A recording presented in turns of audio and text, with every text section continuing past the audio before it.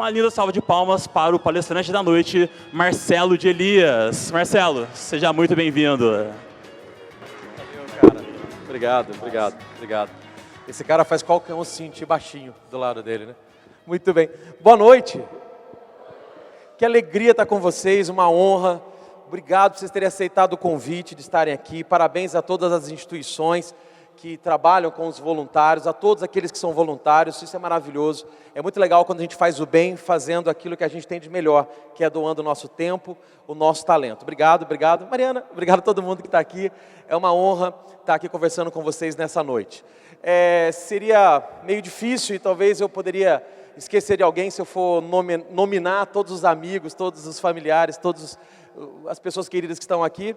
Então, para não correr o risco de esquecer ninguém, eu não farei isso, mas gostaria de destacar um amigo que está aqui, que talvez represente todos, que é o Marcelo Augusto, que está aqui, de Mihal, Marcelo Augusto de Souza Cruz, é o amigo mais antigo que eu tenho.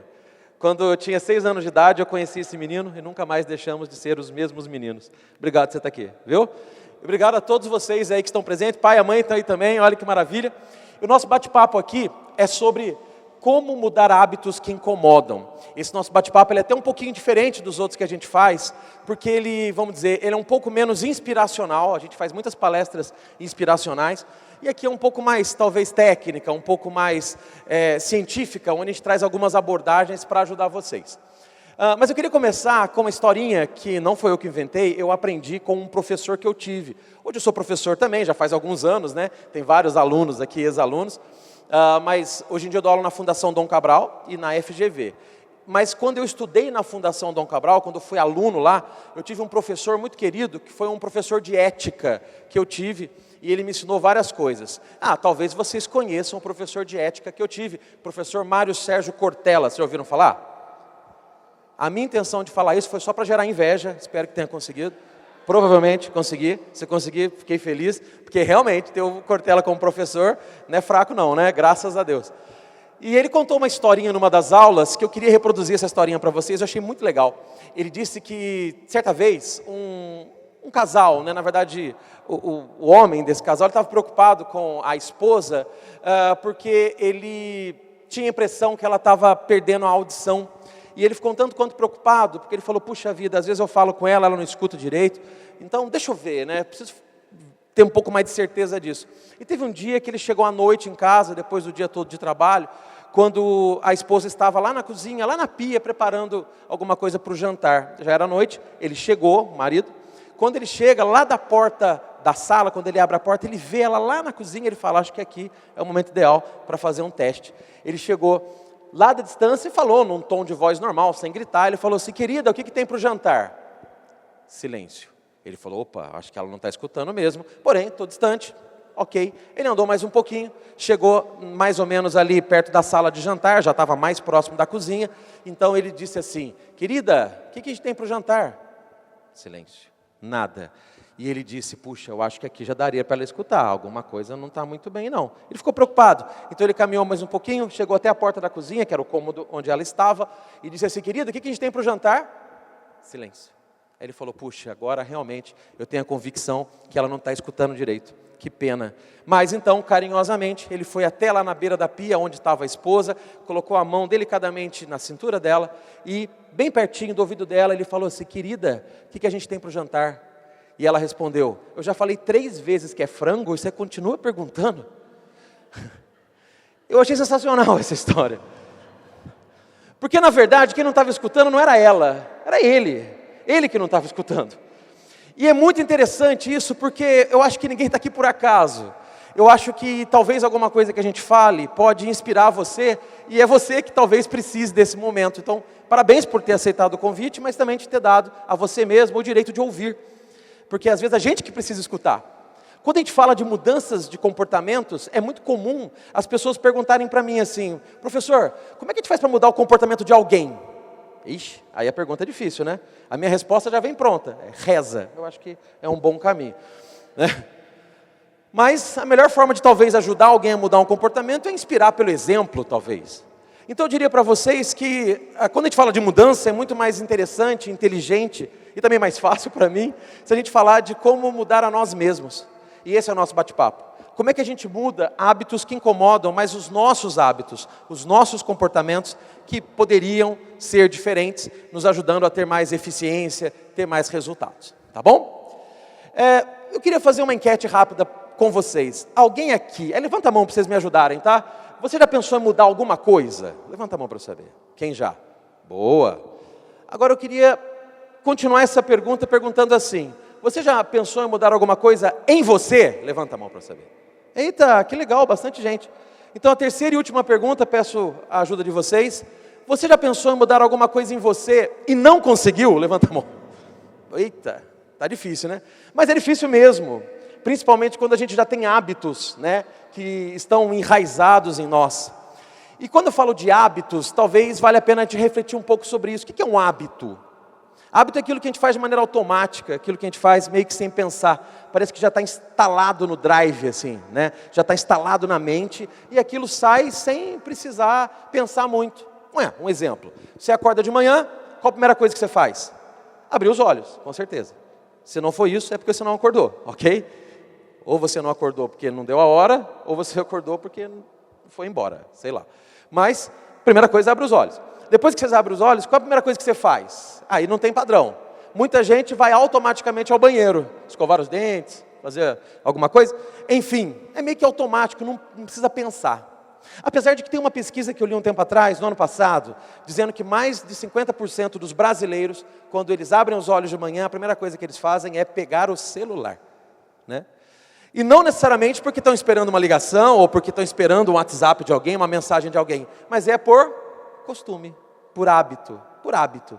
E tem coisa que a gente faz assim, por hábito, não necessariamente porque aquilo é algo necessário. Só que tem hábitos que são bons, enquanto que tem hábitos que atrapalham. Normalmente os hábitos que mais atrapalham a gente chama de vício. Mas qualquer hábito que não te ajuda a construir o resultado que você precisa, naturalmente são hábitos que precisariam ser mudados. Então eu gosto dessa reflexão. Não acomode-se com o que te incomoda. Uma das coisas que mais faz a gente perder eficiência, eficácia, resultado, é justamente a gente meio que se acostumar e entender como normal, coisas que talvez não deveriam ser normais. A gente vai normalizando as coisas. E ao normalizar as coisas, a gente acaba achando que é assim mesmo. A vida é assim mesmo. Isso não tem jeito. Não tem como mudar. Eu que sou professor especialista em mudanças, trabalho falando de cultura organizacional e mudança, é muito comum a gente ver esse tipo de pensamento. Em empresas que a gente vai fazer algum trabalho, é muito comum a gente ouvir gente dizendo assim: em time que se ganha, não se mexe, não é isso? Sendo que o ideal é em time que se ganha também se mexe. É muito comum a gente ouvir coisas do tipo: para que mexer no que está quieto? Se está funcionando, para que mexer? Mas eu gosto de uma frase de John Wooden, que é um treinador de basquetebol americano, já falecido, faleceu aos quase 100 anos de idade, aos 99 e 9 meses, e ele disse assim certa vez num dos seus livros: ter uma sala cheia de troféus não garante a vitória do próximo campeonato. Ter uma sala cheia de troféus não garante a vitória do próximo campeonato. Então a gente precisa sempre mudar, evoluir, mesmo quando as coisas estão indo bem. Diga-se de passagem, o melhor momento para mudar é quando, Alexandre? Quando a gente não precisa da mudança. Ele já decorou isso, porque esse teatro maravilhoso aqui, ele é palco do Café no Teatro, que é um programa que eu faço com meu amigo Alexandre Corrêa, né? Já está na 6ª temporada, se Deus quiser em breve a 7ª, e vira e mexe eu falo isso, né? Quem tem uma sala, o melhor momento para mudar, é quando a gente não precisa da mudança. E parece uma coisa contraintuitiva, mas é verdade. Quando você precisar da mudança, você já está atrasado. Qual o melhor momento para cuidar da saúde? É quando você tem saúde. Quando você não tem mais saúde, você tem que mudar de qualquer jeito. Você tem que fazer alguma coisa de qualquer jeito. Mas é claro que vai te dar mais trabalho, pode deixar algumas sequelas. Então o melhor momento para cuidar da saúde é quando você tem saúde. Eu lembro de um amigo, já faz muitos anos, eu lembro que ele comentou na verdade, eu prestigiei esse momento triste dele, em que ele teve uma grande dor nos dentes, e ele precisou afastar do trabalho, ele ficou uns 3, 4 dias sem trabalhar, com atestado, para cuidar de umas coisas muito dolorosas que ele teve na arcada dentária, não lembro muito bem o que era, mas depois que ele ficou bem conversando com ele, né, eu me lembro dessa situação, de eu falar para ele: poxa, mas o que aconteceu? Ele falou: Marcelo, do nada, né, do Neida, surgiu uma dor, uma coisa horrorosa, precisei ir no dentista, não tinha o que tratar, vou ter que fazer canal urgente, fazer um monte de coisa. E eu falei para ele: poxa, mas você não tinha o costume de fazer um acompanhamento, de ir no dentista frequentemente? Porque o ideal é você ir no dentista a cada 6 meses, né? Dar uma olhadinha, fazer uma limpeza, mas que seja uma vez no ano. Você não tem o costume de fazer isso? Ele falou, Marcelo, eu fiquei um tempinho sem ir, de fato, eu reconheço que eu fiquei um tempo sem ir no dentista. Eu falei, quanto tempo mais ou menos? Ele falou assim, acho que uns 12 anos. Sorte que sobraram dentes para que alguma coisa fosse feita e recuperada. Mas eu fiz a pergunta crucial, eu falei, cara, 12 anos sem ir no dentista? Por que você ficou tanto tempo sem ir no dentista? A resposta dele foi a resposta que muita gente dá. Eu não tinha tempo, né? Aí eu fiz aquela pergunta quase que terapêutica. Eu não sou psicólogo como as minhas amigas aí, a Mariana, a Maria Ângela, a Denise, mas eu fiz uma pergunta quase que terapêutica para ele e perguntei assim, mas por que agora deu tempo? Qual foi a resposta dele? Porque começou a doer. Interessante, muitas vezes a gente espera para tomar uma atitude quando começa a doer. Não a dor física dos dentes, isso serve para qualquer coisa aqui, que a gente está falando. Às vezes pode ser a dor de uma ineficiência no trabalho, pode ser a dor de um relacionamento que vai se rompendo, pode ser uma dor física, pode ser qualquer dor que muitas vezes a gente precisa cuidar dela antes de doer. A gente deixa muita coisa para a última hora. Na briga do urgente versus importante, normalmente o urgente sempre vence. Só que muita coisa que é urgente, só é urgente porque elas eram importantes no passado, a gente não deu atenção a elas, e de repente elas se tornaram urgentes. Vocês sabiam que tem países do mundo que as pessoas deixam para fazer a declaração de imposto de renda no último dia do prazo? Tem países que as pessoas... Não é Zé? O Zé trabalha com finanças, deve saber muito bem disso. Não é? Tem países do mundo, claro, não sei, saberia dizer qual, mas... O pessoal gosta da adrenalina da urgência. Mas só que não é o melhor momento para mudar. O melhor momento para mudar é quando a gente não precisa da mudança. Quando você precisar da mudança, você já está atrasado. Mas nem por isso a gente vai abrir mão dela. Então, esteja atrasado ou não, é importante a gente entender que aquilo que nos incomoda, não podemos nos acomodar. Só que cuidado para que a gente não se acomode, inclusive com as coisas que nos incomodam. É mais fácil se acomodar, mas só que isso vai te trazer uma vida muito menos feliz. Eu digo para vocês... Uma pesquisa que foi feita há um tempo atrás, essa pesquisa foi publicada até num livro do B.J. Fogg, lá nos Estados Unidos, onde eles fizeram vários estudos e chegaram à conclusão que aproximadamente 45%, quase metade das nossas decisões, dos nossos comportamentos, eles são automáticos, eles são hábitos. Então quer dizer que mais ou menos metade, 45% dá para arredondar para 50%, tudo bem? Então vamos dizer que mais ou menos metade do comportamento humano são decisões pensadas, onde a pessoa fala assim, eu vou fazer isso por causa disso, vou atravessar a rua porque lá tem sombra, vou entrar nessa loja porque eu preciso comprar alguma coisa que vende aqui. São decisões pensadas. E aproximadamente 50%, na verdade 45%, são coisas automáticas. Então eu diria para vocês que se a gente quer ter mais resultado na vida, mais sucesso, mais eficiência na vida pessoal, profissional, seja em qualquer dimensão que você quiser, eu diria que a gente tem que prestar muita atenção do que está no automático. Porque aquilo que é pensado, decidido de acordo com o momento ou com uma estratégia, normalmente a gente escolhe errado algumas vezes, mas a gente sabe o que está fazendo. Agora, o que está no automático, nem sempre a gente está refletindo e questionando o quanto aquilo está nos ajudando para os nossos objetivos. Então eu diria que nós temos muitas oportunidades que a gente não presta atenção, quando a gente presta atenção justamente nos hábitos, que representam quase metade das nossas ações, dos nossos comportamentos cotidianos. Então a gente tem que ter um cuidado com esse piloto automático que a gente vive. Quanta coisa a gente faz no piloto automático, né? Às vezes no relacionamento a gente está no piloto automático. Às vezes o casamento está no piloto automático. Às vezes, a forma de eu lidar com as pessoas está no piloto automático. É verdade. Tem um amigo meu, inclusive, que o apelido dele é Pitbull. Porque ele é praticamente um pitbull nas suas relações com as outras pessoas. É do tipo, bateu, levou. Né? Aí é legal, você vai conversar com o cara, você fala assim, poxa vida, mas você é meio nervosão assim, por quê? Ele fala, a culpa não é minha, a culpa é dos outros. Alguém me provoca, eu vou lá e brigo mesmo. Mas não é uma escolha? A maneira que você vai agir ou reagir às coisas que acontecem com você não é uma escolha? Não, para ele não. Parece que está tudo muito no piloto automático. E dessa hora, nesse momento, você acaba tendo resultados negativos. Tem hora que a melhor decisão é se afastar, é contar até 10. Tem hora que a melhor decisão é sim, dar uma pancada em alguém que de repente está querendo te bater, por que não? Mas eu diria para vocês que essa não pode ser a escolha automática, só porque eu sou assim, eu estou acostumado a fazer assim, ou pior, delegando para o outro a responsabilidade do que eu faço. Eu faço isso porque alguém fez isso comigo. Eu faço assim porque alguém faz isso para mim. Eu acho muito legal essas pessoas que falam assim, eu sou muito bom, mas não pisa no meu calo. Porque se pisar no meu calo, eu viro demônio. Ou outras palavras parecidas com essa. Eu sempre digo o seguinte, que se você pensa assim, ou diz isso, que você é bom quando tudo está bom, e quando alguma coisa não está bom, você vira alguma coisa que não é boa, então você não é bom, praga. Presta atenção. Porque eu quero ver você ser bom quando as coisas não estão favoráveis a você.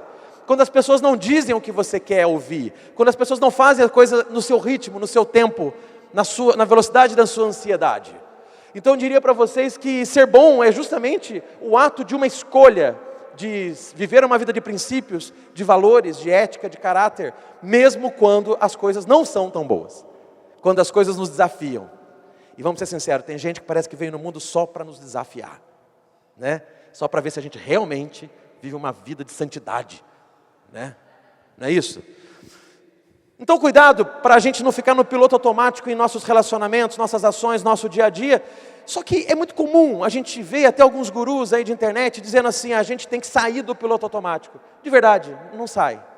E não tem como sair do piloto automático, porque o cérebro, quando ele adquire essa capacidade de fazer coisas automáticas, é uma forma de preservação. É uma forma de você dedicar a sua ação e energia justamente para aquilo que precisa de uma escolha mais sábia. Então muita coisa, e é importante que seja assim, o seu cérebro vai colocar numa caixinha do automático. Então a ideia não é sair do piloto automático, a ideia é reprogramar o piloto automático. A ideia é você ter no piloto automático coisas que fortalecem os seus valores, seu caráter, seus objetivos profissionais e pessoais, o seu propósito de vida. Então quando você tem no piloto automático coisas que te ajudam a chegar no objetivo, você vai ser no mínimo mais feliz. No mínimo mais feliz. E certamente muito mais bem sucedido naquilo que você busca. Quando falamos de mudar hábitos e mudar comportamentos, uma palavrinha que sempre vem junto é a questão de tenha força de vontade.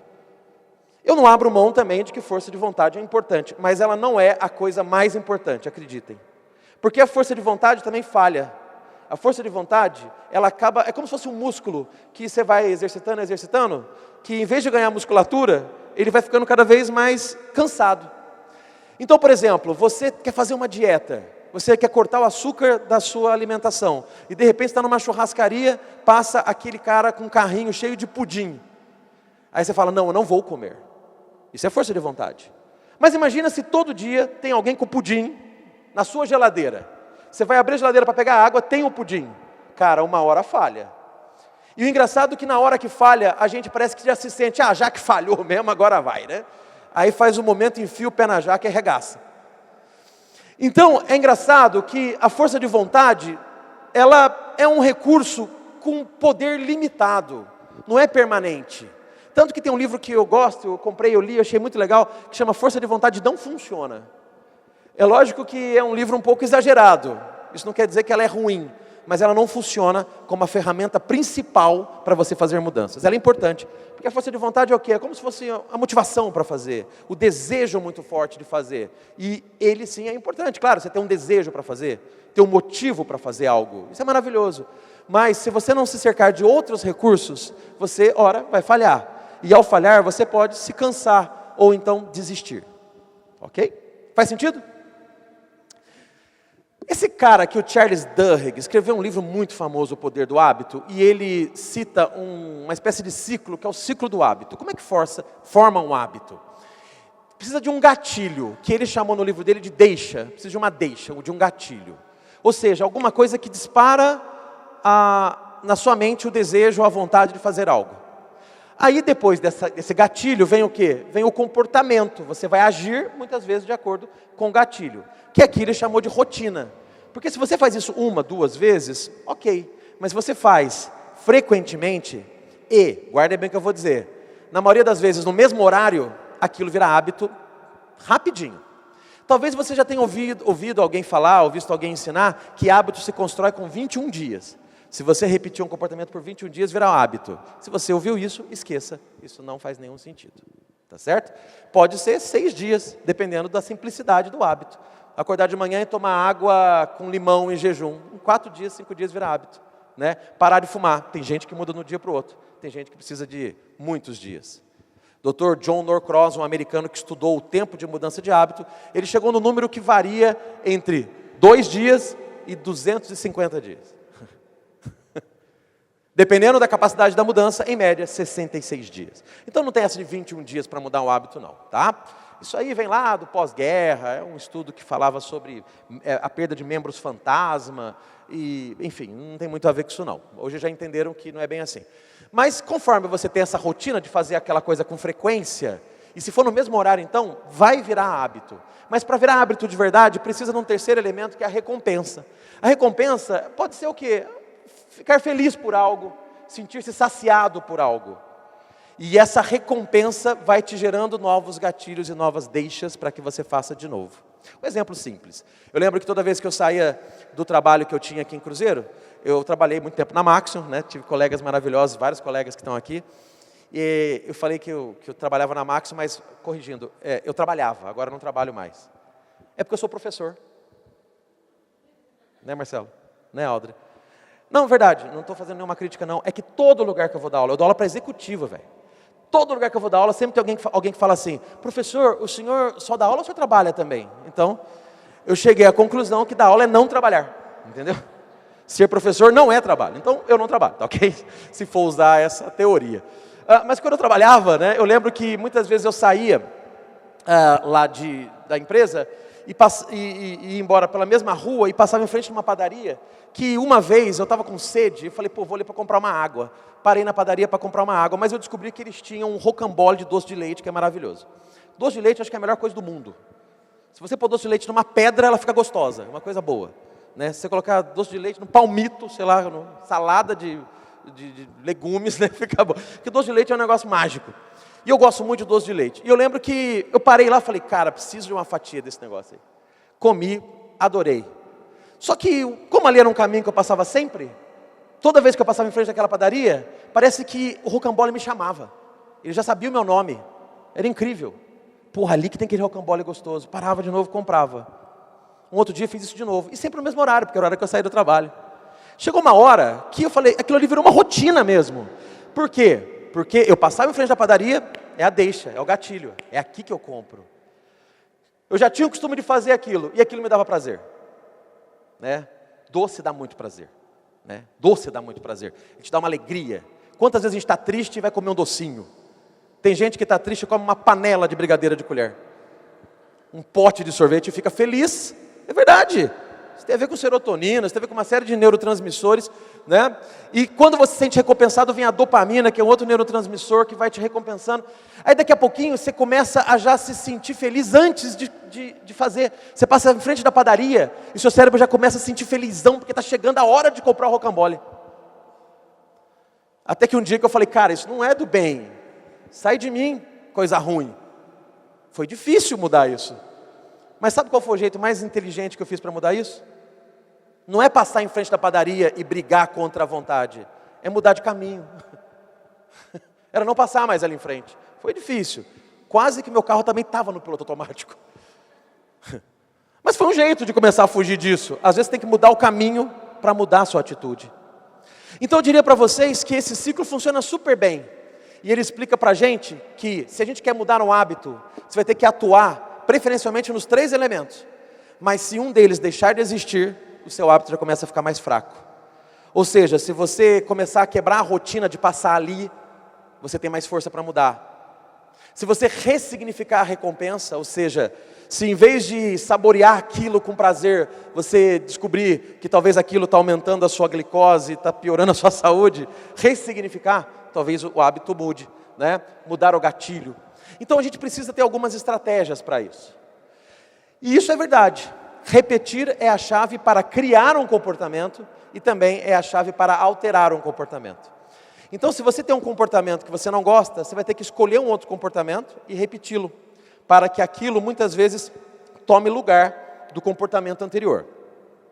Eu gosto de explicar dessa forma. Isso aqui eu acho que é bem didático. Está vendo que tem um carrinho subindo a ladeira? Essa ladeira, lá no alto dela, tem o seu objetivo. É aquilo que você quer alcançar. Você quer ter mais sucesso, quer ganhar dinheiro, quer guardar dinheiro, quer emagrecer. Enfim, esse é o seu objetivo. Só que é uma ladeira, cara. Pra você chegar lá, você tem que empurrar esse carro. Esse carro seria como se fosse você tentando, mas com dificuldade. Muitas vezes você já tentou e não conseguiu. Então é um carro meio enguiçado, que você precisa botar força para chegar no objetivo. Só que é uma subida, é uma subida. E a inclinação dessa subida tem muito a ver com a força dos seus hábitos atuais. E isso é verdade. Quanto mais tempo você está acostumado a fazer do mesmo jeito, mais difícil de mudar o hábito. É como se fosse uma inclinação maior. Agora, se foi um costume recente que você quer mudar, é como se fosse uma inclinação menor. Mas estamos lá, essa ladeira que eu preciso chegar no objetivo. Aqui embaixo é meu estado atual, lá em cima é meu objetivo. E eu estou empurrando esse carro sozinho. Quem está empurrando esse carro sozinho muitas vezes é o que a gente chama de força de vontade. É a sua força de vontade de chegar lá. Só que nessa hora, para empurrar esse carrinho chamado comportamento para cima, você precisa ter ajuda. Tem hora que não tem como, a força de vontade não vai garantir isso sozinho. Então você precisa de ajuda. Aí você vai lá e resgata 3 pessoas que estão passando na rua. 3 caras bem fortes. Fala, poxa, esses caras vão me ajudar. Um cara chama fatores individuais. Outro cara se chama fatores estruturais. E outro cara se chama fatores sociais. Eu já explico isso para vocês. Aí você chega neles e fala assim, poxa cara, tá difícil chegar no objetivo. Vocês podem me ajudar a empurrar o carro? Eles falam, ajudo. Aí eles vão lá e empurram desse jeito. Para baixo. Aí que não vai sair do lugar mesmo. Talvez você até vá mais para trás. O que são esses 3 fatores? Fatores individuais são nossas crenças, são as nossas capacitações, é eu comigo mesmo. Por exemplo, se eu quero praticar atividade física, quanto mais você ler e pesquisar sobre isso, isso te ajuda. Não é o suficiente. Vou assistir 3 vídeos no YouTube sobre musculação e vou ficar forte. Não vai. Certo? Mas é claro que se você pesquisar mais sobre o assunto, isso vai te engajando, vai te dando mais força. Então, você pesquisar mais sobre o assunto, aprender mais sobre aquilo que você quer mudar, as suas próprias crenças limitantes, os próprios medos, isso tudo pode ser um fator individual, que, no meu exemplo, às vezes empurra a gente para baixo. Temos os fatores estruturais. Vamos falar dos sociais primeiro. Os fatores sociais, que são o quê? São as outras pessoas que nos cercam. Às vezes as pessoas que nos cercam, elas podem servir como grandes estimuladores para a gente chegar no objetivo. Mas muitas vezes, eles atrapalham. E não é por mal. Às vezes é por mal, mas nem sempre é por mal. Por exemplo, você quer emagrecer, você não quer comer mais açúcar. Aí você vai fazer uma visita na casa da sua avó. A sua avó sempre tem um bolo de fubá. E aquele café que parece uma sobremesa, tanto açúcar que tem. Aí ela chega e fala assim, você está tão magrinho, Toda avó acha o neto magro, é impressionante. Não precisa ser a avó do Alexandre para achá-lo magro, Mas a avó fala assim, cara, você está magrinho, come. Não, avó, não estou comendo doce, mas come. Aí para não fazer desfeita, e também porque o vício, às vezes, nos impele a fazer isso, o hábito de fazer, a gente vai lá e come. Não, a sua avó quer ser um mal? Lógico que não. Mas às vezes é um fator social que atrapalha. Então a gente pode ter pessoas ao nosso redor que nos atrapalham. E quando elas nos atrapalham, elas te empurram para trás. Por exemplo, você mora numa família onde todo mundo, em vez de beber água, bebe Coca-Cola, e você decide não tomar mais refrigerante. É claro que vai ser mais difícil. Você está cercado de um monte de gente que, mesmo que não te ofereça, toma na sua frente. Vai ficar mais difícil. E tem os fatores estruturais, que é quando o ambiente... No ambiente também tem pessoas, mas vamos tirar as pessoas porque são os fatores sociais. É quando o ambiente físico, o ambiente onde as coisas estão organizadas, esse ambiente pode te ajudar ou te atrapalhar. Por exemplo, a pessoa quer fazer dieta. Se ela tiver na casa dela algumas bombonieres estrategicamente espalhadas com bombons, é claro que vai ser mais difícil. Se ela quer parar de tomar refrigerante, mas ela só tem refrigerante ou um monte de refrigerante na geladeira, vai ficar mais difícil dela parar. Agora, se o contrário, em vez de bombonieres com bombons, tiver fruteiras com frutas, ou não tiver os bombons, ou não tiver refrigerante, vai dar mais trabalho.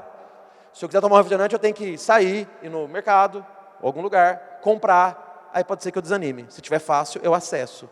E para subir a ladeira, eu tenho que usar os fatores individuais, nossas crenças, nossos conhecimentos, nossas formas de nos recompensar, tudo isso a nosso favor. Eu tenho que usar os fatores sociais, cercar-me de pessoas que apoiam, que incentivam, que me capacitam, de pessoas que falam, cara, é isso mesmo, continua. Ou então que puxa a orelha e fala, eita, você falou que não ia mais comer esse negócio, você está comendo. Tem que ter alguém para fiscalizar muitas vezes. Mas são pessoas que ajudam.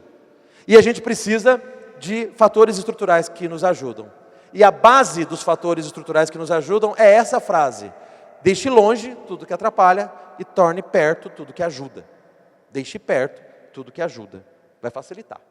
Por exemplo, se você quer adquirir o hábito de todo dia de manhã acordar cedo e caminhar, a primeira coisa que você tem que fazer é na véspera, já deixar o tênis, a meia, o calção, a camisetinha, toda separadinha para facilitar. Isso é importante. Porque quando você acorda cansado, que tênis que eu vou, tal, não sei o quê, já começa a desanimar. Então você deixar a roupinha ali pertinho da cama, já te ajuda, o fator estrutural. Se você combinar com um amigo que caminha todo dia de manhã, para que ele passe na sua casa e te chame para caminhar junto, é mais um motivo para você ir. O fator social está te ajudando. E se você começa a estudar mais sobre caminhada, tipos de tênis, sei lá, começa a perceber a importância real daquilo para a sua saúde, a sua crença muda, os fatores individuais começam a te ajudar. Entende? Então nós temos que ter esses três fatores nos ajudando. Como fazer isso, né? Então tem algumas dicas que vêm da ciência. Nem sempre eu vou conseguir citar para vocês a origem da ciência, porque senão ficaria mais uma aula chata do que uma palestra.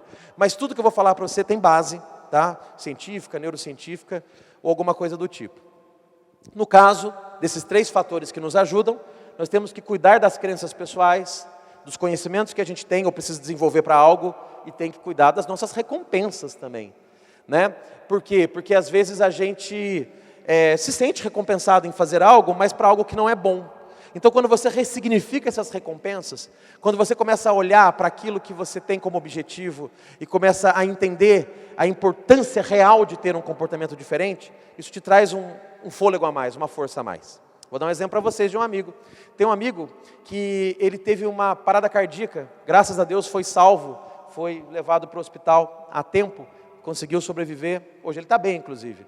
Mas eu lembro dele falando que ele tem 2 filhos já, um adolescente, outro mais adulto, e os 2 filhos mais a esposa ficavam falando para ele, você tem que cuidar da saúde, você tem que fazer check-up, e ele nunca cuidou da saúde.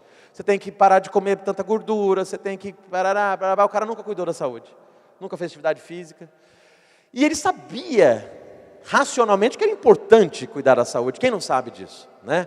Mas ele não ligava. Até o dia que ele teve essa parada cardíaca. E ele disse que no hospital, assim que ele recuperou e já estava melhor, quem veio visitar ele foi a esposa e os 2 filhos. E ele falou que naquele momento foi o momento que ele falou, cara, eu preciso mudar. De verdade. Por quê? Porque na hora que ele viu os filhos, um adolescente, outro já mais adulto, ele disse assim, cara, eu quero acompanhar esses meninos até quando for possível. E eu não queria terminar agora essa história. Ele viu a esposa que ele tanto amava, ele falou, cara, eu quero terminar minha vida velhinho do lado dela. Eu não queria que essa vida terminasse agora. Então ele deu um outro significado para aquilo. Não era um significado tão mais racional. Eu preciso consumir tantas calorias, que é o caminho para chegar no objetivo. Mas ele entendeu mais o quê? O objetivo. Então, ele passou a ver o cuidar da saúde como algo muito mais recompensador. Porque a recompensa era dedicar mais tempo, ter mais tempo com os filhos e com a esposa. Dá muito mais significado quando é alguma coisa nesse sentido. Vou voltar nisso daqui a pouco. Quando a gente fala dos fatores sociais, tenha incentivadores e apoiadores. E afaste-se dos sabotadores. Eu não quero mais beber coisa alcoólica. Mas sempre tem uma galera que toda sexta-feira, vamos lá no happy hour e tal. Você não precisa ficar inimigo deles. Mas às vezes é abrir o jogo e falar, cara, não estou bebendo, você vai me ajudar muito se você não me convidar para isso. Tem que fugir dos sabotadores e aproximar-se de quem incentiva, de quem apoia, de quem te dá conhecimento para isso, né? De quem te fiscaliza também. Já faz bastante tempo que eu não tomo refrigerante, mas a maior motivadora para eu parar com isso foi minha esposa. Por quê? Porque ela é chata. Então, cara, eu lembro que toda vez que a gente vai no restaurante, né, na época, hoje não tem nem vontade mais, mas quando eu ia pedir um refrigerante, ela, você falou que não ia beber mais, pronto.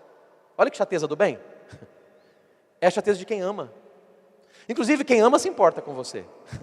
Né? Então, é uma forma de você se fiscalizar. Né? É de você estar junto. E eu lembro que toda vez que eu ia no supermercado para fazer compra, eu acabava levando ela junto, porque ela que fiscalizava. Você já pegou uma caixa de bombom, não precisa pegar duas, não. E me ajuda muito. A Mara é uma pessoa espetacular. Então, estar próximo de quem apoia, de quem fiscaliza, de quem incentiva, é muito bom. Incentiva coisa boa, né? E falando de estrutura física, a sua casa, o seu trabalho, mantenha as coisas boas mais fáceis, como eu disse, e as coisas ruins mais inacessíveis. As coisas que não são boas, você tem que ter um trabalho para chegar até ela. Aí nisso a gente fica menos motivado a ela, tá bom? Bom, falei aquela hora, né, do meu amigo que quase morreu. Ele ressignificou o propósito de cuidar da saúde. E acreditem, o caminho mais forte para você mudar é você alinhar, associar a mudança a fatores emocionais. Acreditem. As emoções, elas trazem muito mais potência para a nossa ação do que as coisas racionais. Eu costumo dizer nas aulas que eu dou aí dentro de empresa, falando de negócios, não de comportamento humano, mas falando de negócios. Eu falo o quê? Que existem 3 razões para um profissional, um colaborador, um funcionário fazer uma coisa. Ou ele tem um motivo racional, né? Eu faço isso porque isso é importante, eu estou aprendendo mais fazendo isso. Ou ele tem um motivo emocional, eu faço isso porque me dá prazer, isso é legal, eu sinto bem fazendo isso. Ou ele, quando não tem nenhum dos dois, ele tem um motivo remuneracional. Eu faço isso porque eu ganho dinheiro com isso, esse é meu salário. Né? E eu sempre pergunto para os executivos que eu dou aula do tipo, qual dos 3 é mais forte? A maioria fala, o remuneracional. Faz sentido, porque a parte mais sensível do corpo é o bolso, é verdade. Mas não é a mais forte, na verdade ela é a mais efêmera, é a que passa mais rápido. Você pode dar aumento de salário para alguém, daqui a pouco tempo ele está achando que ele está ganhando pouco. Então eu diria para você que a razão remuneracional, ela é forte sim, mas não é a mais motivadora. Eu diria então que a mais forte é qual? Aí eles falam, racional. Não, emocional. Emocional é a mais forte delas. É quando a gente fala, cara, eu faço isso porque isso me dá muito prazer, eu estou ajudando alguém. Por exemplo, trabalho voluntário. Ou conduzir uma associação. Nós vimos aqui vários gestores de associações, de instituições. Gente, é um desafio todo dia. Mas um senso de propósito faz com que eles se impulsionem. Porque se fosse só pela razão, já teria desistido. Se fosse só pela razão, teria, não vou mexer com isso não, que dá mais dor de cabeça do que qualquer outra coisa. Mas não, dá prazer. Dá um senso de significado, um senso de propósito, um senso de missão. Então, quando a gente associa a nossa mudança a uma razão mais emocional, a gente tem mais potência. Como fazer isso? Busque um motivo emocional para você fazer a mudança que você precisa. É por aí. Então do tipo, eu preciso comer menos açúcar, porque minha diabetes está em tanto, eu preciso chegar em tanto. Beleza. Mas é muito racional esse negócio aí. É muito numerozinho demais. Busca um outro motivo. Eu preciso cuidar da minha diabetes porque eu quero passar mais tempo com o meu neto que acabou de nascer. Não é, Camila? Não é? Né? Eu preciso passar mais tempo com os amigos. Eu quero ter mais qualidade de vida para realizar meus sonhos. E dessa forma você cria mais potência. Ok? Uma outra dica importante é essa. Uma mudança de cada vez. Marcelo, é possível fazer 3, 4, 5 mudanças ao mesmo tempo? Se elas forem pequenininhas, sim. Mas se elas forem grandes, é melhor você focar uma de cada vez. A não ser que sejam mudanças muito associadas uma à outra. Por exemplo, eu quero comer menos carboidrato e quero comer mais proteína. São 2 coisas, mas é praticamente uma coisa só. É como você vai montar seu prato. Aí é possível. Mas é muito difícil você ter força para fazer grandes mudanças ao mesmo tempo. Do tipo, eu vou frequentar academia, vou ser um atleta de alto desempenho, vou cortar carboidrato e aumentar a proteína, eu vou parar de fumar, eu vou, enfim, põe 5, 6 coisas na lista, é muito mais difícil.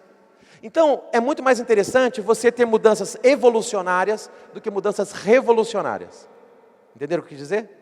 Mudanças evolucionárias, ou seja, escolhe uma, melhora aquilo, deu certo, vamos para outra, deu certo, vamos para outra. É melhor você ter uma evolução do que revolução. Tem gente que vence na revolução, sim, mas é mais desafiador.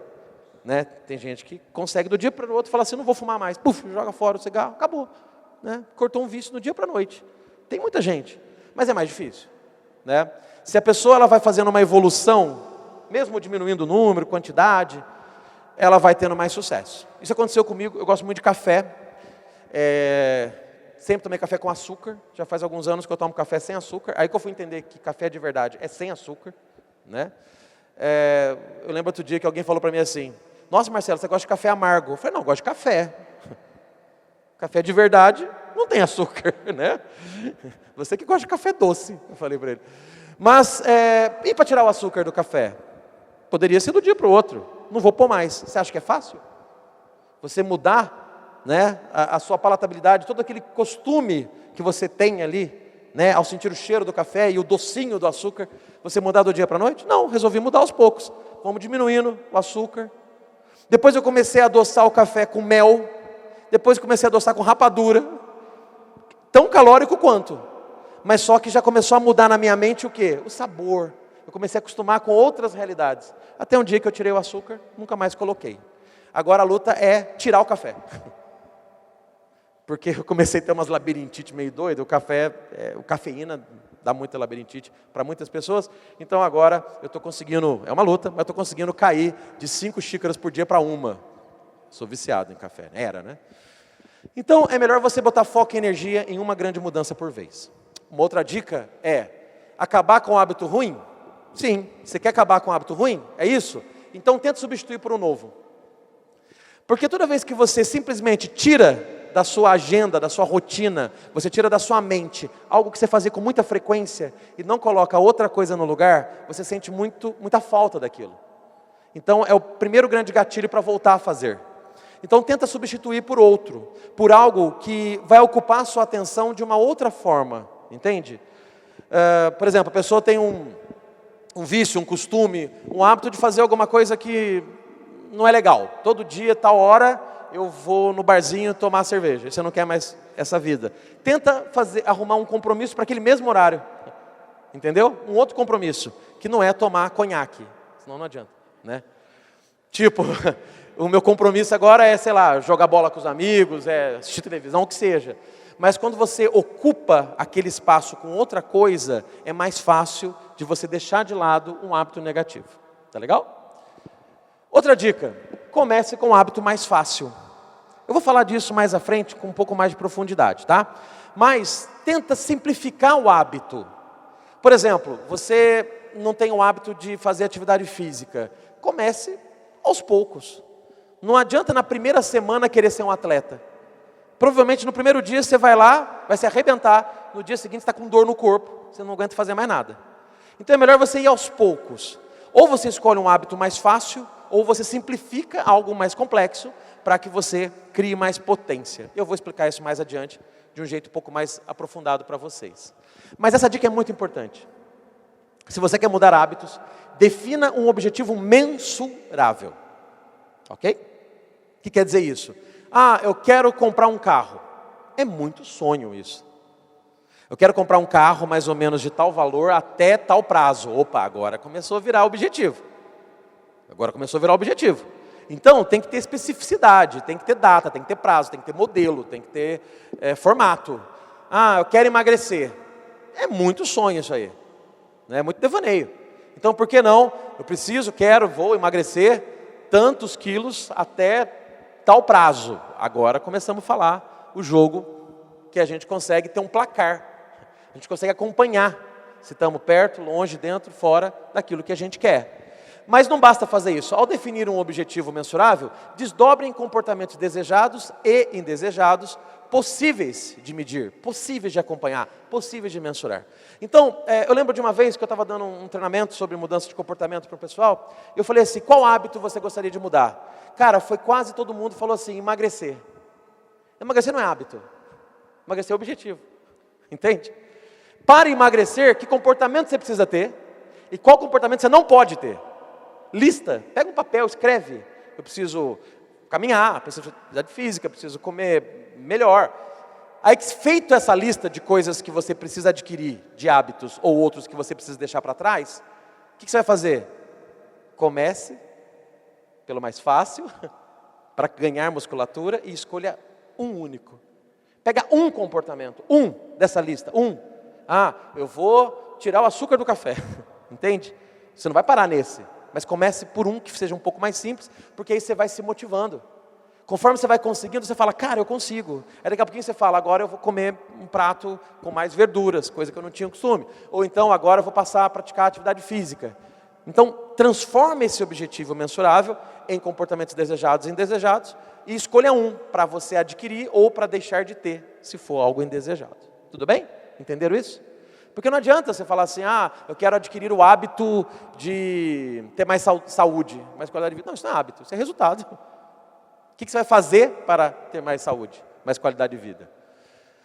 Essa aqui é uma dica interessante. Crie um slogan de compromisso e uma inspiração visual. Isso tem muito poder. Eu achava que não, eu achava, isso é bobagem.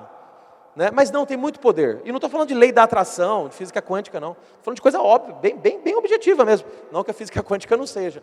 Mas assim, é preto no branco, sim, coisa simples. Olha, é isso aqui, pá.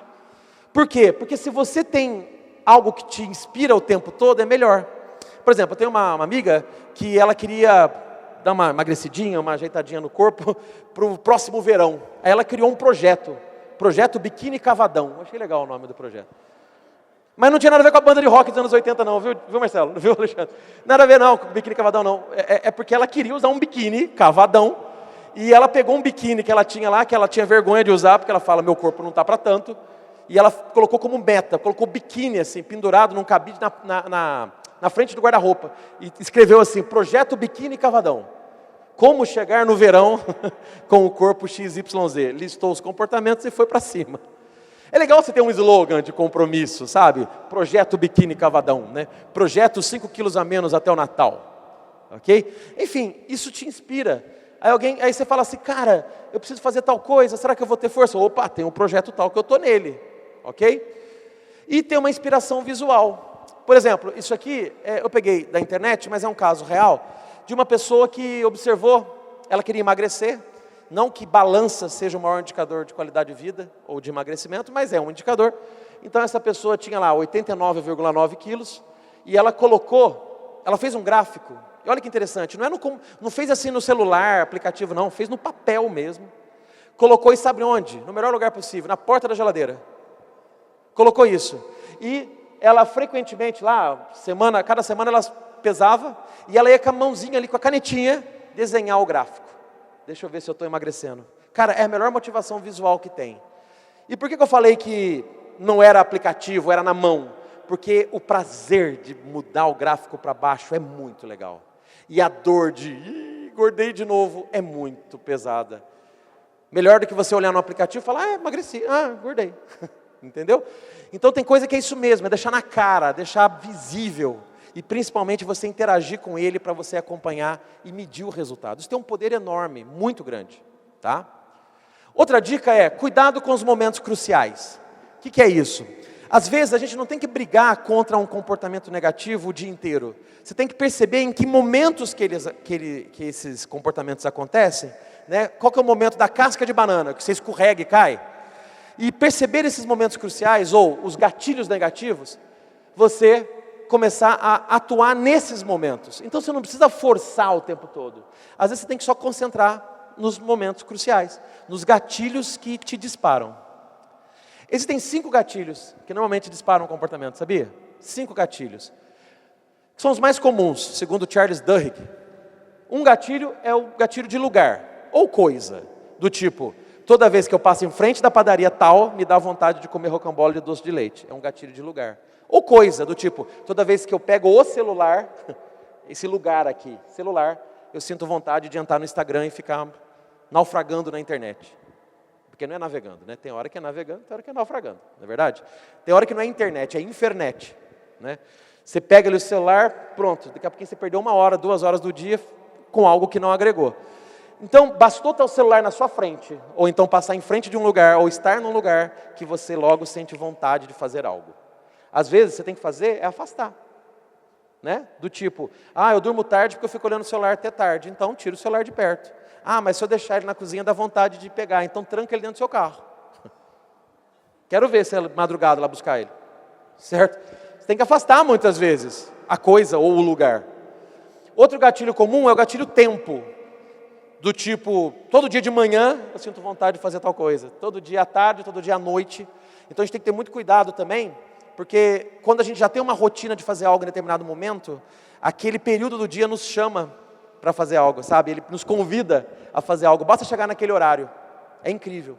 Um outro gatilho comum é o estado emocional. Toda vez que eu estou ansioso, eu faço tal coisa. Toda vez que eu estou feliz, eu faço tal coisa.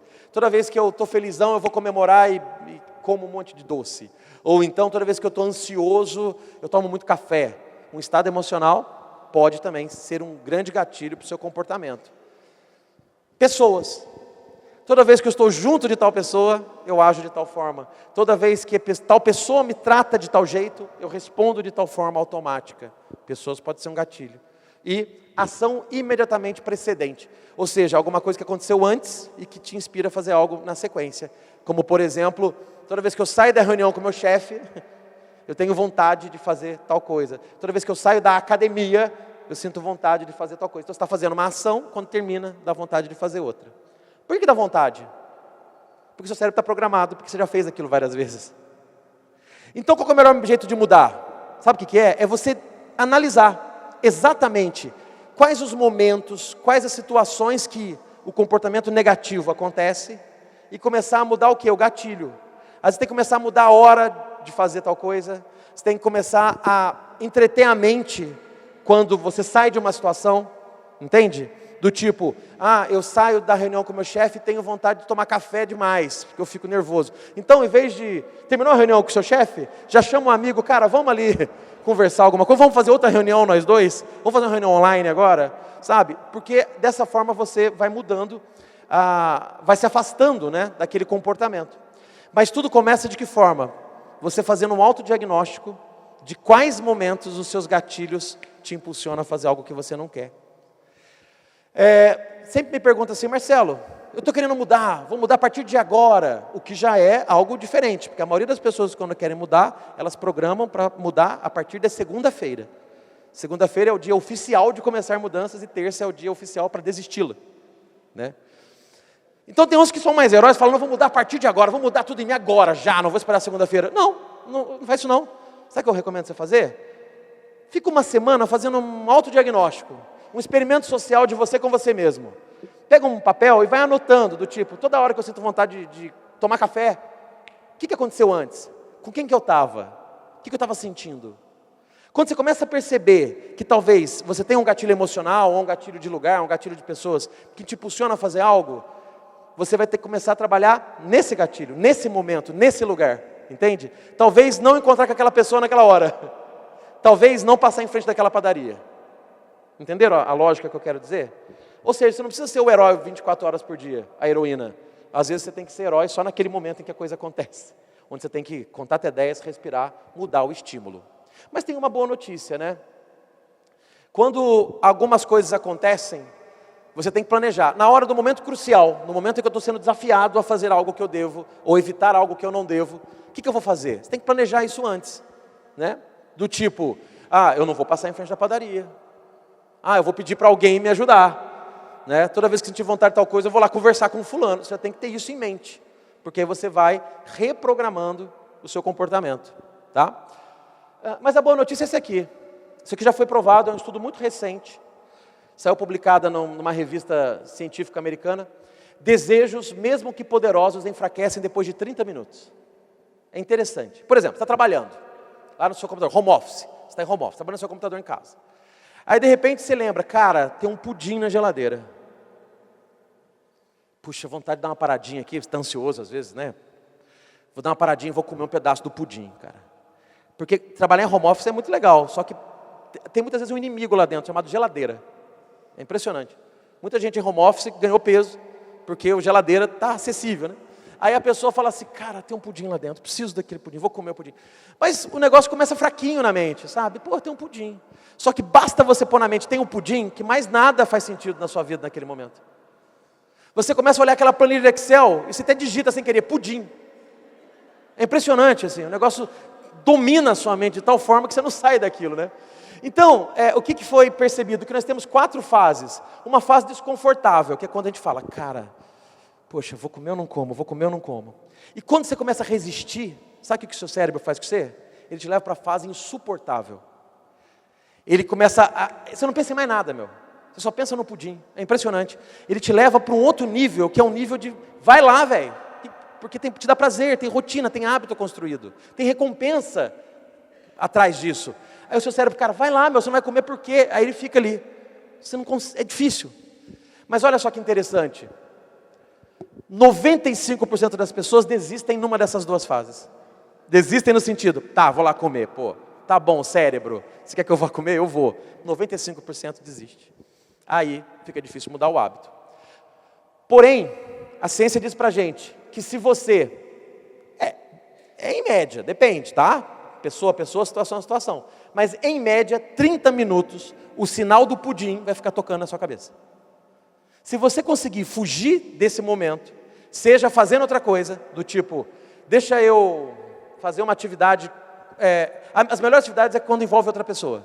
Quando você está sozinho, sabe que mente vazia é oficina do diabo? Já ouviram essa frase? Então vai envolver alguma coisa com alguém, do tipo, não, vou lá conversar com outro, não sei o quê. Daqui a pouco você distrai e você esquece do pudim. Mais ou menos 30 minutos. 30 minutos depois, o seu cérebro não é bobo, ele percebe que ele não vai te vencer, ele entra na fase de ajuste.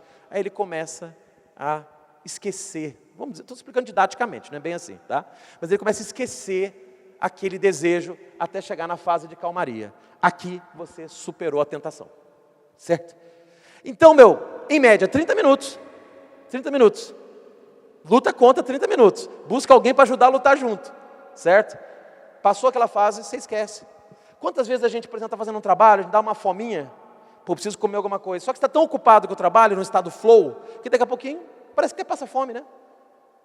Depende, tem gente que fica com mais fome. Mas muita gente passa fome, fala, pô, já nem esqueci de comer. Passou aquela hora, já não estou mais com fome. É isso mesmo. Porque a fome nem sempre é física, às vezes ela é emocional. E como existe a fome emocional, você tirou a atenção dela, só vai doer se for fome física. Tá legal? Interessante isso, né? E, voltando àquele assunto de comece pelo fácil, pratique o micro-hábito, ou mini-hábito. Tem vários livros que falam disso. O que eu mais gosto é aquele primeiro ali, micro-hábitos, pequenas mudanças que mudam, do cientista B.J. Fogg. Mas todos esses livros são muito bons, e eles falam do micro-hábito. E essa dica é importante para vocês, bem prática, tá? Se você quer começar um hábito, comece pequeno. Mas não basta começar pequeno, você tem que meio que já programar sua mente para ajudar você, tá? Por quê? Porque quando a gente não tem tanta motivação para algo, a gente tem que ter uma recompensa muito grande. É assim. Por exemplo, você está numa livraria, você está lendo um livro ali na biblioteca. Aí alguém chega e fala assim para você, alguém que nem te conhece, chega assim e fala, que livro que você está lendo? Aí você fala, eu estou lendo o livro tal. Não custa nada. Não custa nada. Agora imagina se alguém chega e fala assim, que livro você está lendo? Ah, estou lendo o livro tal. Ah, lê ele inteiro para mim. Lê agora para mim inteirinho. Você fala, oi, como assim, cara? Você achando que eu sou o quê? Alexa? Né? Você achando que eu sou o quê? Chat GPT? Aí de repente ele fala, não, mas eu te dou R$1 milhão. Te dou R$1 milhão para você ler para mim. Você fala, quer que comece agora? Agora? Não tem problema, né? Quando te requer muito esforço, você precisa de quê? De muita recompensa para fazer. Quando é algo simples, não custa nada. Fala o nome do seu livro aí que você está lendo. Tal, beleza, não precisa nem de recompensa. Não te doeu nada. Então, a mesma coisa tem a ver com hábitos, certo? Os hábitos, eles vão precisar que ou a recompensa seja muito grande, para que você faça algo muito difícil, ou tem que ser algo simples, para que você se sinta motivado a fazer. Então, o caminho é você usar o recurso do micro-hábito. Mas tem fórmula para isso. Tem um roteiro, tem uma anatomia do micro-hábito. E qual que é essa anatomia? Acho que vocês vão gostar disso. Primeiro, tem que ter uma âncora. O que é a âncora? É um hábito que já existe, ou algo que você faz frequentemente, e você vai associar o novo hábito a esse hábito antigo, fazendo junto, antes ou depois. Vou dar um exemplo para vocês. Vamos supor que eu queira adquirir o hábito de fazer atividade física e não tenho esse hábito. Eu recomendo que você comece fazendo algo muito simples, do tipo, eu vou fazer uma caminhada pelo quarteirão, só isso. Não vou para academia, vou fazer uma caminhada pelo quarteirão. Um quarteirão. Vou fazer um quarteirão e já volto para casa. De verdade, isso vai ajudar você a emagrecer? Não.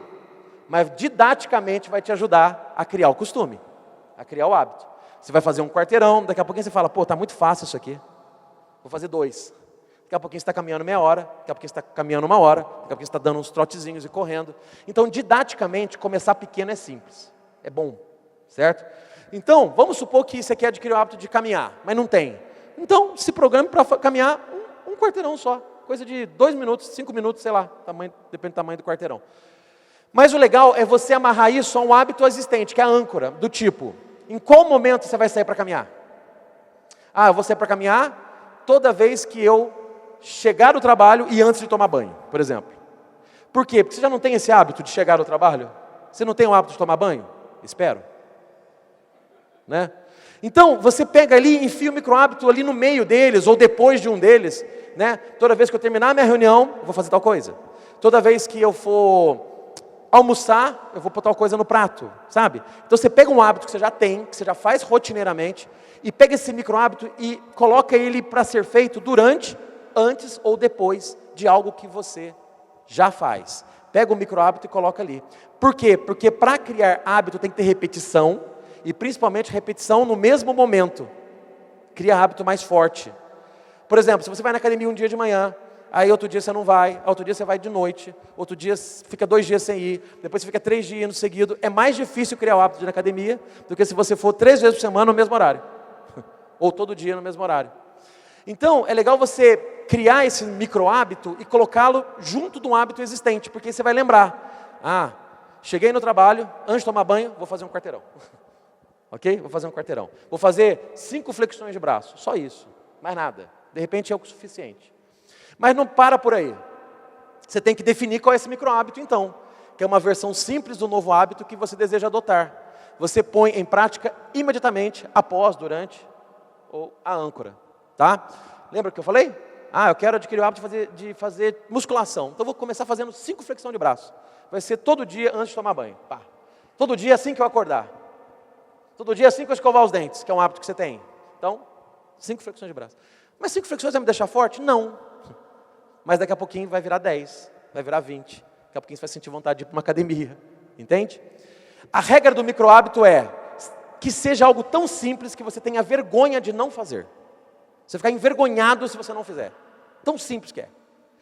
E o segredo maior deles, comemoração. Após fazer, você tem que ter algum tipo de comemoração. Algo para criar emoções positivas. Você celebra imediatamente após colocar em prática o comportamento. Pode ser uma celebração mental, do tipo, você consigo mesmo pensa assim, cara, eu consegui. Já é uma celebração. Ou, tem uns que dão um soquinho no ar, yes! Na academia que eu treino lá em São José, tem uns caras que fazem isso. Ele pega o peso e yes! Eu acho maior barato. Fala, pô, para que isso? Mas é isso. Por quê? Porque você está dizendo para o seu cérebro o seguinte, consegui. Uma vez eu estava entrevistando a Carla Tiepo. A Carla Tiepo é uma grande neurocientista brasileira sobre mudanças de hábitos. Tem um podcast onde eu entrevisto ela, tem no meu YouTube. Muito legal a entrevista. E ela me explicou uma coisa que eu não sabia. Ela falou assim, ela me deu um exemplo, na verdade, que eu achei legal. Ela falou assim, Marcelo, por exemplo, você não gosta de fazer esteira na academia, você não gosta de fazer. Toda vez que você chegar perto da esteira, você fala, ai, nossa, fazer esse negócio. Você já sobe nela do tipo, não vejo a hora de acabar isso aqui. O que o seu cérebro vai dizer para você? Não sobe nisso. Pô, isso aí faz mal para você. Agora, se você fala, cara, eu vou caminhar 5 minutos na esteira, na velocidade 4, que não é veloz. Ó, de boinha, de boinha. Terminou 5 minutos, você desce e faz um yes. Ou então você fala, ufa, consegui, que legal. O seu cérebro trabalha diferente. Agora, se você desce da esteira e fala, graças a Deus, acabou essa merda. Pronto. O seu cérebro já vai entender o seguinte, não faz, pô. Por que você vai subir nesse negócio de novo amanhã? Não sobe, velho. Entendeu? Agora, se você fala, legal, consegui, amanhã eu vou tentar 6 minutos. Não vai ser mais 5, vai ser 6. Cara, o seu cérebro vai te preparando para chegar lá. Então, a dica do micro-hábito é isso. Escolhe um horário, simplifica e terminou, comemora. Não sei dizer se vai demorar 10 dias, 20 dias, 66 dias ou 200 dias. Mas é muito provável que em pouco tempo, em muito menos tempo do que se fosse outro jeito, você vai adquirir esse hábito. Que tal tentar? O que vocês acham, né? Tenta fazer isso. Às vezes é uma boa oportunidade de começar, tá? E por fim, persevere e aprenda. Tem hora que você vai cair, tem hora que você vai escorregar. Tem hora que você vai falar assim, cara, eu vou na academia todo dia. Aí chega um dia, você não vai, por alguma razão. Seja porque está cansado, ou seja porque foi viajar. Qual que é o problema? A maioria das pessoas, elas deixam de adquirir um hábito justamente quando elas falham. Ou porque elas se martirizam, do tipo, isso não é para mim, isso não dá. Ou porque ela falha um dia, ela fala, já que eu falhei um dia, eu vou falhar 2. Já que eu falei 2, eu falei a 3. Aí perde a sequência e perde o hábito. Ou não cria um hábito, entende? Então, a primeira dica é essa: persevere e aprenda. Aprenda com o que você acertou e o que você errou. E persevere, continue. Para isso, não fique se martirizando. Ah, não dá certo comigo. Quem é antigo como eu aqui? Eu não sou velho, eu sou antigo. São coisas diferentes. Eu sou antigo. Tem gente antiga aqui também? Tem gente retrô, vintage, clássico, mito? Né? Então, eu sou antigo. Quem é antigo como eu, talvez se lembre de um desenho animado, Hardy e Lippy, ou O Leão da Montanha, que tinha uma hiena toda triste, que quando o leão da montanha chegava nela, o Lippy, ela, Hardy, falava assim: ó dia, ó céus, ó azar. Alguém sabe o que é isso ou não? É da minha aldeia. Quem sabe quem é a hiena Hardy, certamente fez curso de datilografia. Sabe o que é a SDFG CLKJH? Provavelmente. Né? Se for mulher, certamente colecionou papel de carta. Né? Então, estou dizendo isso por quê? Porque tem gente que é igual esse bichinho aí. Ó, isso não é para mim, isso não deu certo, tentei. Fui na academia, não gostei. Cara, é difícil gostar no primeiro dia. É difícil, meu. É difícil, não está acostumado com aquilo. Ah, eu tomei café sem açúcar, não gostei. Cara, é difícil no primeiro momento. Então simplifica, micro hábito, vai aos poucos, mas deu errado. Não fica se martirizando. Né? Cuidado, se você escorregar, retorne imediatamente. De repente, você não conseguiu fazer hoje o que tinha previsto, faz amanhã, mas faça. Entende? Não deixa a falta de rotina quebrar o seu hábito. E por fim, faça um exame de consciência diário, isso é legal. Toda noite, antes de dormir, ou de manhã, quando você acorda, eu costumo fazer à noite. Eu sempre fecho os olhinhos, agradeço Papai do Céu pelo dia e tal, e eu sempre faço uma autoanálise do meu dia. Eu dou uma nota de 1 a 10 para mim, de 0 a 10 para mim. Eu falo assim: cara, de acordo com aquele objetivo, que nota eu mereço? E quando eu falo: puxa, eu acho que eu mereço nota 4 hoje. Tudo bem, não vai sofrer por isso. Mas você já tem uma referência, que amanhã você tem que fazer alguma coisa melhor para compensar. Então, antes de dormir ou quando acordar, pensa no seu dia anterior ou no seu dia, naquele seu dia, e fala assim: o que eu posso melhorar? Essa comparação é positiva, talvez a única que seja positiva. Comparar você com outros não é positivo. Principalmente se for com alguém do Instagram, da internet. Porque é uma vida perfeita, igual comercial de margarina. Aí você começa a comparar com ele, você fala: cara, eu sou uma merda. Cara, olha só, o cara conseguiu juntar 1 milhão em tantos meses, não é isso? Os gurus sempre estão ensinando isso. Ou então do tipo: pô, o cara lá começou, agora está correndo, agora é triatleta, e eu nem consegui fazer esteira ainda. Então não se compare com outros, principalmente com essas coisas artificiais. Compare você com você mesmo. Não é você com alguém, é você hoje com você ontem. Hoje é muito importante que eu seja melhor do que ontem. E seja ainda mais interessante que amanhã eu seja melhor do que hoje. Então, compare você com você mesmo. Esse é um bom caminho para a sua evolução. E cuidado com uma última armadilha, que é da autoindulgência, que é o sentimento do eu mereço. Eu estou indo tão bem, mas tão bem, que eu mereço agora avacalhar. Sabe, do tipo, eu consegui emagrecer. Eu queria emagrecer 3 quilos no mês, eu emagreci 4, aí eu vou no Madeiro comer aquele 3 hambúrguer com 12 fatias de bacon, porque eu mereço. Não merece. Cuidado, não estou dizendo que você tem que se penalizar, se martirizar, não. Mas celebre com outra coisa, que não te engorde talvez. Do tipo, cara, eu queria muito comprar tal livro, então eu mereço, porque conquistei o meu objetivo, comprar esse livro. Coloca um desafio para você, sabe? Do tipo, quando eu chegar no meu objetivo, eu vou fazer uma viagem que eu sempre sonhei. Isso é o prêmio da sua persistência. Então cuidado, mas é uma coisa boa. Mas cuidado então com aquilo que te desvia, do tipo, não, estou tanto dia sem beber, hoje eu vou enfiar o pé na jaca, né? Porque eu mereço. Cuidado, porque aí você quebra o hábito. Principalmente se estiver no momento que o hábito ainda não está construído, ou então o vício ainda não está destruído. Entende? Então cuidado com esse sentimento, ele é bastante perigoso, por mais que a gente mereça. Mas mereça com outras recompensas. Vai ser muito melhor assim. Tá? Bom, eu termino com uma historinha que eu vi uma vez de um palestrante. Eu acho que alguns mais próximos talvez conheçam um pouquinho da minha história.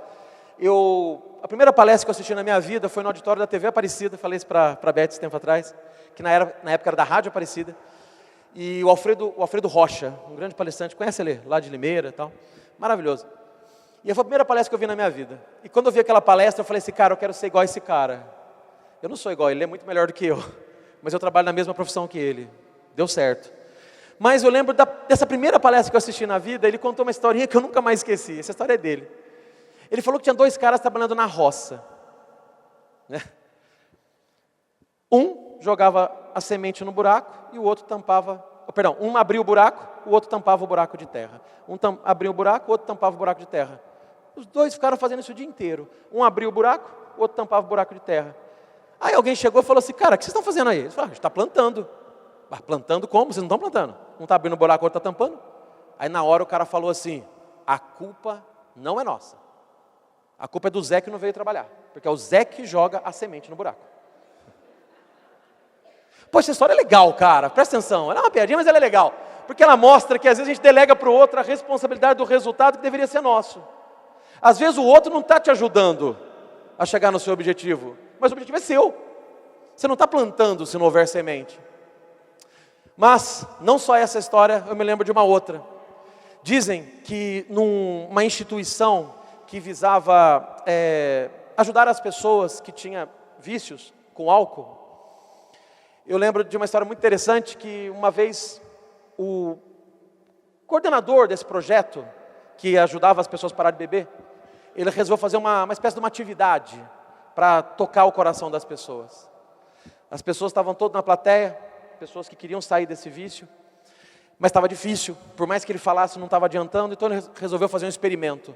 Ele pôs uma mesa na frente com 2 copos, copo de vidro transparente, e em cada copo um líquido transparente.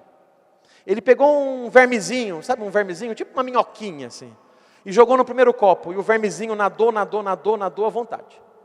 As pessoas olharam e não entenderam nada, mas ele falou assim, sabe por que o vermezinho está nadando nesse copo? Porque é água. A água é a fonte da vida. Pode ver que o vermezinho está felizão aqui dentro. Agora, vamos ver o que acontece? Ele pegou o mesmo vermezinho e jogou no segundo copo. O vermezinho parou de mexer rapidamente, morreu e começou a desintegrar. As pessoas olharam assustadas, ele falou, sabe por que isso aconteceu? Porque isso não é água, isso é álcool. Eu coloquei o vermezinho no álcool, viu o que acontece com o álcool? Com uma vida, quando tem álcool? As pessoas ficaram em silêncio, assim, atônitas. Ele falou, acho que agora eu toquei o coração delas. Agora vai dar certo. Alguém quer falar alguma coisa? Um levantou a mão. Eu quero. Ele ficou super feliz, porque eu era o cara que mais precisava. O cara que mais tinha dificuldade de mudar. O que você quer falar, meu amigo? E ele falou assim, olha, essa sua experiência me ensinou muita coisa. Mas principalmente me ensinou que quem bebe igual a gente nunca vai morrer de verme. Eu termino com essa história para dizer o seguinte, às vezes a gente entende o que é para fazer, às vezes a gente sabe o que é para fazer, mas a gente escolhe o caminho de menor esforço. Às vezes o caminho de menor esforço é fazer de bobo, ou achar vantagem para continuar a fazer o que você sempre fez. Mas não é assim que as pessoas vitoriosas mudam. Então toda mudança começa por você. E como disse Mahatma Gandhi, seja você a mudança que você quer ver no mundo. Quem sabe você serve de exemplo e inspiração para a mudança de outras pessoas. Se eu ajudei você a refletir alguma coisa e talvez mudar, fico muito feliz. Muito obrigado, que Deus abençoe a todos, uma ótima noite. Muito obrigado. Obrigado pelo carinho. Obrigado pela atenção. Obrigado. Obrigado pela generosidade de vocês. Obrigado.